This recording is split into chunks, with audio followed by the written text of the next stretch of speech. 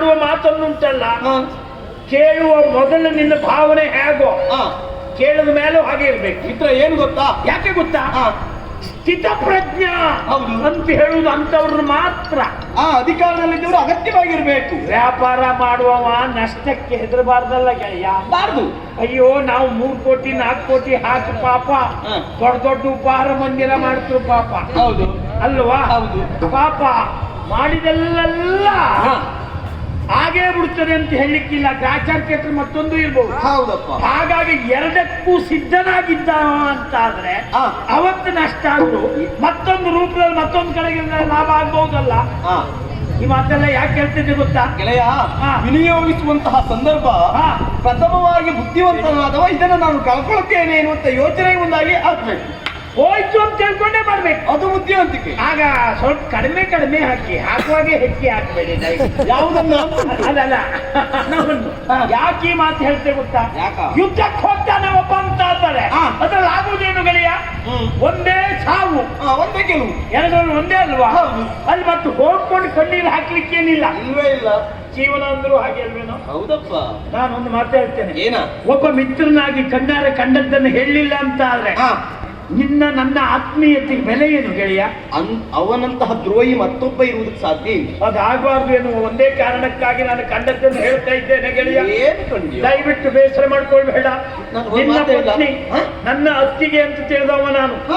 ಯಾವ ಕಾರಣಕ್ಕೂ ನಾನು ಅವ್ರ ಬಗ್ಗೆ ಸಂತೋಷ ಪಟ್ಟವ ನಿನಗೂ ಗೊತ್ತುಂಟು. ನಾವು ಪುಣ್ಯ ಮಾಡಿದ್ದೇವೆ ಯಾವ ಜನ್ಮದಲ್ಲೋ ಗೊತ್ತಿಲ್ಲ. ಮೊದಲೇ ಎಲ್ಲ ಮುಗಿಸ್ಬೇಡ, ಮುಂದೊಂದು ಕೇಳ್ಕೊ. ಎಂತ ಸಮಸ್ಯೆ? ಯಾಕೆ ಅಂತ ಹೇಳಿದ್ರೆ ಅವತ್ತು ಬಲಾತ್ಕಾರಕ್ಕೆ ಮುಂದಾದಂತ ಧೂರ್ತ ಸೇನಾಪತಿ ಅವನನ್ನು ಒದ್ದು ಓಡಿಸಿದ್ದು ನಾವು.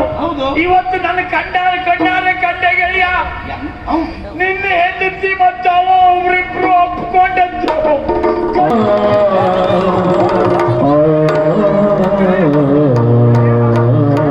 ಪ್ರಾಣದೇವತೆ ಎನ್ನುವುದಾಗಿ ಭಾವಿಸಿಕೊಂಡಿದ್ದವ ನನ್ನ ಮನೆಗೆ ಆಕೆ ಭಾಗ್ಯಲಕ್ಷ್ಮಿ ಎನ್ನುವುದಾಗಿ ಭಾವಿಸಿಕೊಂಡಿದ್ದ. ನಾನು ಹಾಗೆ ಲೆಕ್ಕ ಹಾಕಿದ್ದು.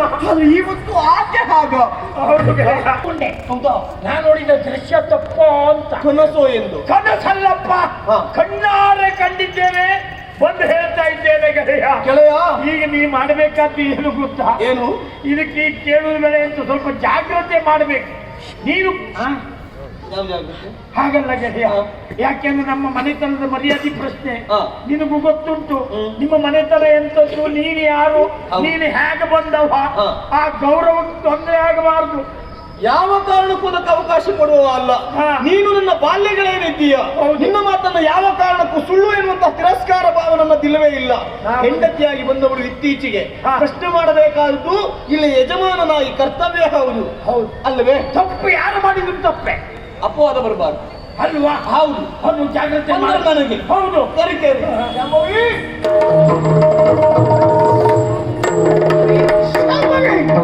ಎಂತಹ ಕಾರ್ಯ ಮಾಡ್ತಾ ಇದ್ದೇನೆ ಅಂತ ಪ್ರಶ್ನೆ ಉಂಟ ಕೇಳ್ತೇನೆ. ನಿನಗೆ ನೇರವಾಗಿ ಒಂದು ಮಾತನ್ನ ಕೇಳ್ತಾ ಇದ್ದೇನೆ. ಆವತ್ತು ನಿನ್ನನ್ನು ಬಲತಿರಿಸುವುದಕ್ಕೆ ಮುಂದಾದಂತಹ ಶಮಂತ ಇಲ್ಲಿಗೆ ಬಂದಿದ್ದ. ಅವನನ್ನು ಅಪ್ಪಿದೆಯಾ? ಅಪ್ಪಿದೆ.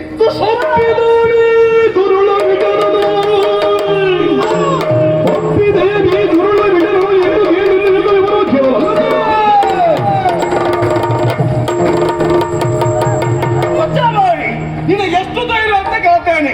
ಗಂಡನ ಸಮ್ಮುಖದಲ್ಲಿ ಪರಪುರುಷನೊಬ್ಬರನ್ನು ಅಪ್ಪಿದೆ ಅನ್ನೋದಾಗಿ ಧೈರ್ಯವಾಗಿ ಹೇಳ್ತೀಯ ಅಂತಾದ್ರೆ ನೀನು ನಿಜವಾಗಿ ಹೆಣ್ಣಲ್ಲ, ನೀನೊಬ್ಬಳು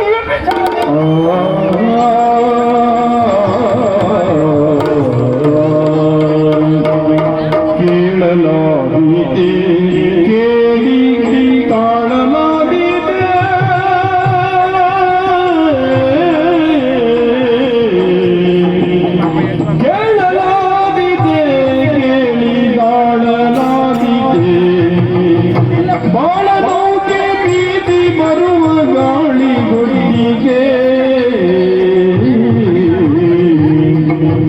ವ್ಯಾಳಾಭರಣ ಇಂದು ಸಖ್ಯವಾಯಿತೆ, ವ್ಯಾಳಾಭರಣ ಇಂದ ಮಾತು ಸಖ್ಯವಾಯಿತೆ.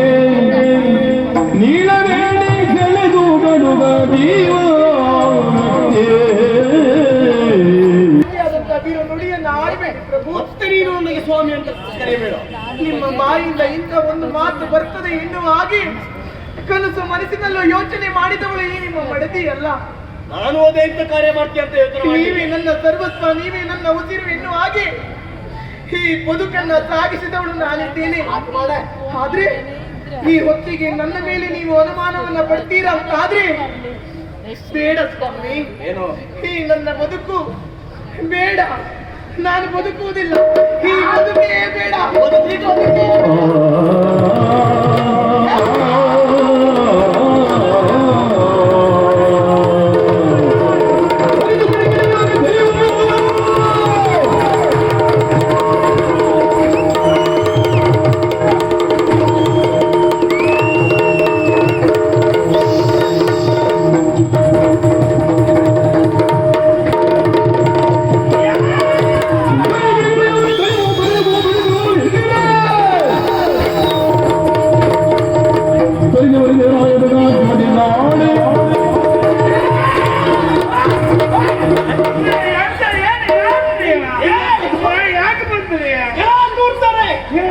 ಏನು ಕೇಳಿದ್ರೆ ಏನ್ ಮಾಡಿದ್ರು? ಒಬ್ಬ ಹೆಣ್ಣಿನ ಮೇಲೆ ಅಪವಾದವನ್ನು ಹೊರಿಸಿ ಅವಳ ಸಾವಿಗೆ ಕಾರಣಕರ್ತರಾಗಿದ್ದೀರಿ. ಯಾರು? ನೀವಿಬ್ಬರು. ಇಲ್ಲಪ್ಪ, ಅಷ್ಟೇ ಅಲ್ಲ, ತಾವ್ಯಾರು ಸಾಮಾನ್ಯದವರಲ್ಲ.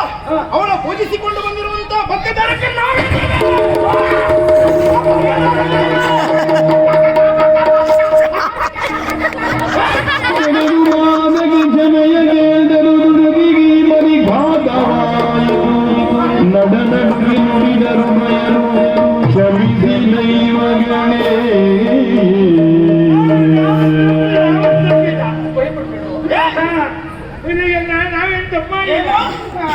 ಅವರನ್ನ ನಿಮ್ಮನ್ನ ಆರಾಧಿಸಬಹುದಾದಂತಹ ಭಕ್ತಿ ಆಗಿ ಇರಬಹುದು.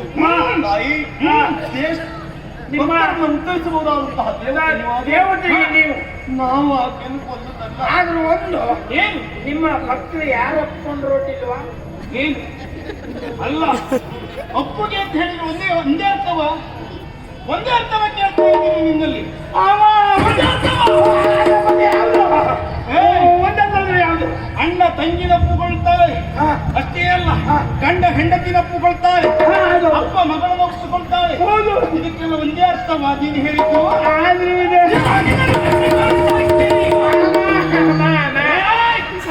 ಮೊದ್ಲೇ ಒಬ್ಬೊಬ್ರ ಮೇಲೆ ಬಲಾತ್ಕಾರಕ್ಕೆ ಬಂದಿದ್ದ. ಗಂಡ ಹೆಂಡತಿ ಅಲ್ಲ, ಅಣ್ಣ ತಮ್ಮ ಅಲ್ಲ, ಅಪ್ಪ ಮಗಳಲ್ಲ. ನಾವು ನೋಡಿದಾಗ ಅವನಿಗೆ ಒಪ್ಪಿಕೊಂಡು ಅಣ್ಣ ತಂಗಿಯ ಭಾವನೆಯಲ್ಲಿ ಒಪ್ಪಿಕೊಂಡಿರುವುದು ಅವರು. ಅಣ್ಣ ತಂಗಿ ಭಾವ. ಹೌದು, ಅಣ್ಣ ತಂಗಿ ಭಾವನೆಯಲ್ಲಿ ಒಪ್ಪಿಕೊಂಡಿರುವುದು. ಅದು ಪವಿತ್ರ ಭಾವ, ಪವಿತ್ರವಾದ ಭಾವ. ತಪ್ಪನ್ನು ನಾನು ದೂರಿ ನೋಡುವಾಗ ಅವ್ರು ಎಂತದ್ದು ಹೇಳಿಲ್ಲ, ಒಪ್ಕೊಂಡು ಬಲಾತ್ಕಾರಕ್ಕೆ ಬಂದ ಒಪ್ಕೊಂಡ್ರಿ ಅಂತ ತಿಳ್ಕೊಳ್ಳಿ ನಾನು. ಅವಳ ಸಾವಿಗೆ ಕಾರಣಕರ್ತರು ನೀವಿದ್ದೀರಿ. ಬಿಡುವುದಿಲ್ಲ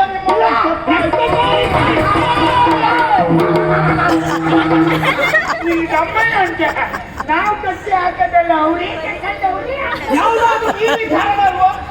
ನಾನು ಎಂತ ಮಾಡುದಮ್ಮ? ತಪ್ಪಾಯ್ತು ಅಂತ ಹೇಳಿ ಆಯ್ತಲ್ಲ, ತಪ್ಪಾಯ್ತು. ಕ್ಷಮೆ ಯಾಚಿಸುತ್ತಾ ಇದ್ದೀರಿ. ಆದರೆ ಹೆಣ್ಣಿನ ಕಣ್ಣೀರಿನ ಈ ಭೂಮಿಗೆ ತಾಗಬಾರದು ಮಾತುಂಟು. ನಾನಿನ್ನೆಂತದ್ದು ಬೇರೆ ಹಿಡ್ಕಂತ ಕೆಳಗೆ ಬೀಳ್ತೆ ಹೋದಾಗ ಈ ಭೂಮಿ ಮೇಲೆ ಹೆಣ್ಣೀರು, ಈ ನಾಡಿನಲ್ಲಿ ಹೆಣ್ಣು ಕಣ್ಣೀರು ಹಾಕಿದಾಳಂತಾದ್ರೆ ಅವಳು ನಿಮ್ಮ ಭಕ್ತಾದಿಗಳಿಗೆ ಯಾರೇ ಆದ್ರೂ ಹೆಣ್ಮಕ್ಕಳು ಕಣ್ಣೀರು ಹಾಕಬಾರ್ದು.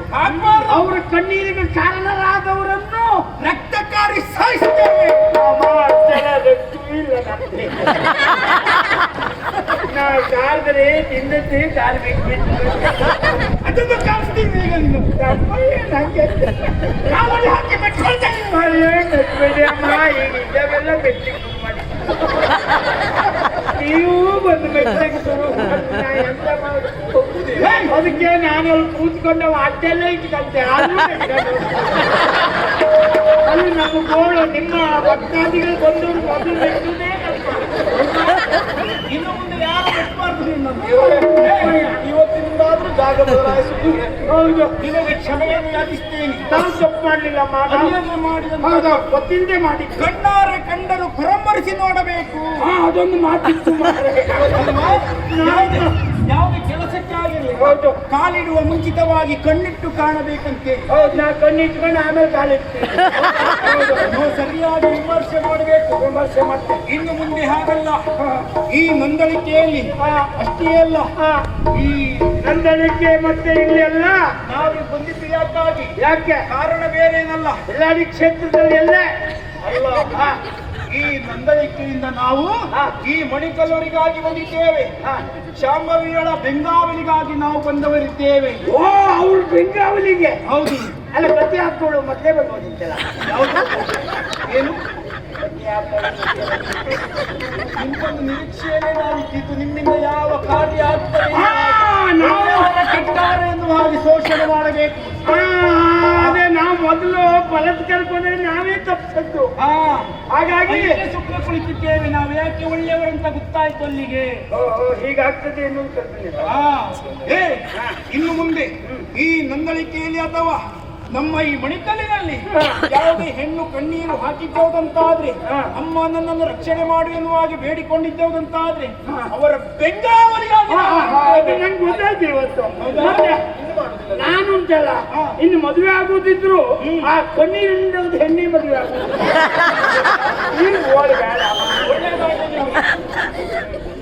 ಇನ್ನು ಮುಂದೆ ಮಾಡಿದ್ದೆ ಅಂತಲ್ಲ. ನನ್ನ ಹೆಂಡತಿಯ ಬೇರೆಯವರು ಒಪ್ಕೊಂಡ್ರೆ ನಾನೇ ಪರವಾನಗಿ ಪತ್ರ ಬರ್ಕೊಂಡ್ರೆ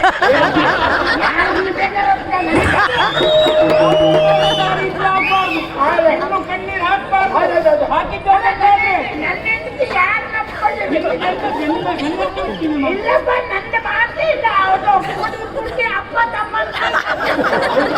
ಆದ್ರೂ ಒಂದು ಉತ್ತರ ಮಾಡುತ್ತಾರೆ. ಹೆಣ್ಣು ಮಕ್ಕಳಿಗೂ ಒಂದು ಒಳ್ಳೆ ಬುದ್ಧಿ ಕೂಡ ಅವರಿಗೆಲ್ಲ ಬುದ್ಧಿ ಕೊಡ್ತೇವೆ. ಅವರನ್ನು ಮೀರಿಸಿ ಬಂದಿದ್ದೇವಂತಾದ್ರೆ ನಿಮ್ಮನ್ನು ಬಿಟ್ಕೊಂಡೇವೆ. ಇಲ್ಲ, ಆಯ್ತು ಆಯ್ತು. ಇನ್ನು ಮುಂದೆ ಧರ್ಮದಿಂದಲೇ ನಡೆಯಬೇಕು. ಇಲ್ಲ, ಅಧರ್ಮದಿಂದ ಕಾರಣವಾಡಿಕೆ ಹೋಗುತ್ತಾರೆ.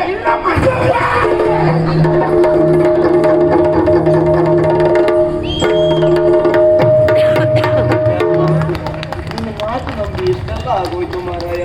ಗೆಳೆಯ, ಯಾವತ್ತಾದ್ರೂ ನಾನು ಯಾವತ್ತಾದ್ರೂ ಅನ್ಯಾಯ ಮಾಡಿದ್ದೆ ನಾನು? ಇಲ್ಲ, ಪದಕ್ಕಾಗಿ ಇವತ್ತು ಅನ್ಯಾಯ ಆಗಿದ್ದಲ್ವಾ? ಹಾಗಲ್ಲ ನೀನು ಯಾಕೋ ಇಷ್ಟರೊಳಗೆ ಒಂದು ನನ್ನ ಬದುಕಿನ ಮಧ್ಯೆ ಒಂದು ಅನ್ಯಾಯ ಮಾಡುವುದು, ಸುಳ್ಳನ್ನು ಯಾಕೆ ಹೇಳಲಿಲ್ಲ? ನಾನು ಯಾಕೋ ಇವತ್ತು ನಾನು ಸುಳ್ಳು ಹೇಳಿದ್ದಲ್ಲ. ಸಂಭಾಷಣೆ ಅವರು ಮಾಡಲಿಲ್ಲ, ನನಗೆ ತಾಪತ್ರೆ ಆದ್ರೂ ಒಂದು ಮಿತ್ರ, ಕೆಟ್ಟವ ಒಳ್ಳೆವ ಆಗ್ಬಾರ್ದು ಅಂತ ಏನಿಲ್ಲ. ಅದೇನಿಲ್ಲ, ಒಳ್ಳೆವ ಕೆಟ್ಟವ ಆಗ್ಬಾರ್ದು ಅಂತಿಲ್ಲ. ಅದು ಇಲ್ಲ. ಅದಕ್ಕೆ ಸಾಕ್ಷಿ ನಾವು ಇವಾಗಲೇ ನೋಡ್ತಲ್ಲ. ಇವಾಗ ನೋಡುದಲ್ಲ, ಅವ ಒಳ್ಳೆವ ಕೆಟ್ಟವ ಒಳ್ಳೆವ ಆಗಿದ್ದ ನನಗೆ. ಹೌದು, ಈಗ ನಾವು ಕೆಟ್ಟಾರೆ. ಹೌದು ಮಾರ. ದೇವತೆ ದೇವರು ನಮ್ಮ ಯೋಗವನ್ನು ಅಪರಾಧದಲ್ಲೂ ನಮಗೊಂದು ಪುಣ್ಯ. ಹೌದು. ಅವ್ರ ದರ್ಶನ ಭಾಗ್ಯ ಸಿಗ್ತಲ್ಲ ಅಲ್ವಾ? ಇಲ್ಲೇ ಹೋದ್ರೆ ನಾವು ಪಾಪ ಆ ಸಾಧ್ಯತೆ ಇರ್ತ. ನೀ ಗಟ್ಟಿ ಹೇಳ್ಬೇಡ. ಈ ಪ್ರಪಂಚದಲ್ಲಿ ಯಾರೇ ಹೆಣ್ಣಿನ ಕಣ್ಣಿನ ಕಾರಣ ಆದ್ರೂ ಬಿಡುದಿಲ್ಲ. ನಂಗೆ ಅದು ಸಂತೋಷ ಆಯ್ತು. ಏನು ಕಣ್ಣಿ? ನಮ್ಮನೆ ಹೆಂಗಸರಿಗೂ ಅದು ಬಂತಲ್ಲ, ಬರೇ ಬೇರೆಯವ್ರ ಮನೆ ಹೆಣ್ಮಕ್ಳಿಗೆ ಮಾತ್ರ ಅಲ್ಲ, ಹೌದು. ಭಾಗ್ಯ ಅಂತ ತಿಳ್ಕೊಂಡು ಉಳ್ಕೊಂಡಿದ್ದೇವೆ ಅಂತ ಹೇಳಿ ನಾವೀಗ ಅತ್ತ ಹೋಗುವ.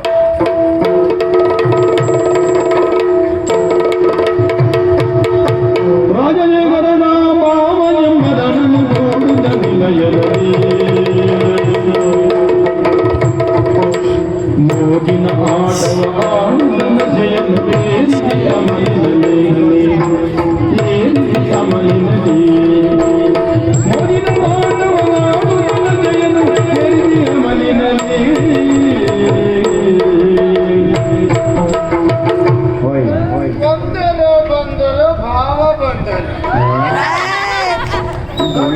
ಒಳ್ಳೆ ಕಂಬಳದ ನಡೆದಿತ್ತಲ್ಲ, ಕಾಲು ಎತ್ತಲಿಕ್ಕಾಗುದಿಲ್ಲ. ಕಾಲೆತ್ತುದಾದ್ರೆ ನಾವು ಕಾಲು ಯಾವತ್ತೂ ಎತ್ತುವುದೇ ಇಲ್ಲ. ಅಂದ್ರೆ ನಾವು ಇಟ್ಟಲ್ಲೇ ಕಾಲಿಡುವುದು. ತಲೆ ಎತ್ತಲಿಕ್ಕೆ ಆಗುದಿಲ್ಲ, ಕಾಲು ಎತ್ತುದ. ನಾವಿರುವುದೇ ಹೀಗೆ ಸ್ವಾಮಿ. ಏನ್ ಮಾಡುದು? ಅಡ್ಡಿಲ್ಲ ಅಂತ ಎಂತ ಇವತ್ತು ಕುಡ್ದ ಹಾಗಾಯಿತು. ನಿಮ್ ಭಾವ ಇಲ್ಲ? ಭಾವ ಎಲ್ಲಿ ಸತ್ತೋದ ಭಾವ ನೋಡ್ಕೊಂಡು ನಾವು ಹೋಗಿದೆ ಅಲ್ಲ. ವಾರ್ಡ್ನಲ್ಲಿದ್ದು ಯಾರಿಗೆ ಬೇಕು ಸ್ವಾಮಿ? ಇದೆಲ್ಲ ನಮ್ಗೆ ಬೇಕಾ ಭಾವನೆ ಹುಡ್ಕೊ ಪರಿಸ್ಥಿತಿ? ಅಲ್ಲ, ನೀವೇ ಬಾರಿ ಕಷ್ಟ.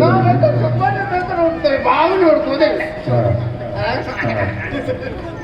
ಮಾತು ಎಂತ ಮಾಡುದಿಲ್ಲ ಹಾ ಮನೆಗೆ ಹೋಗಿ ಹಾ ಮತ್ತೆ ಮಾತಾಡ್ಬೇಕಾಯ್ತು ಬೇಡ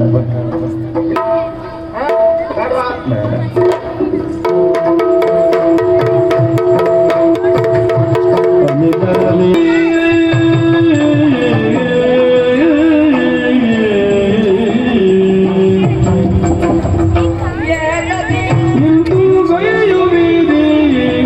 ದುಡಿಮೆ ಸಾರ್ಥಕನ ಬಡಿಯುವಿರಿ ಸಾರ್ಥಕನ ಬಡಿಯುವಿರಿ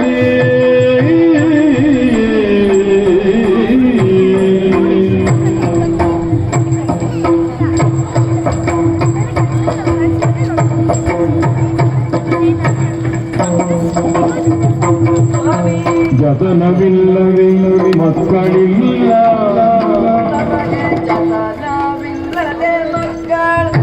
ಇಲ್ಲ ಮಣಿಗಳಿಗೆ ನಾವೆಲ್ಲ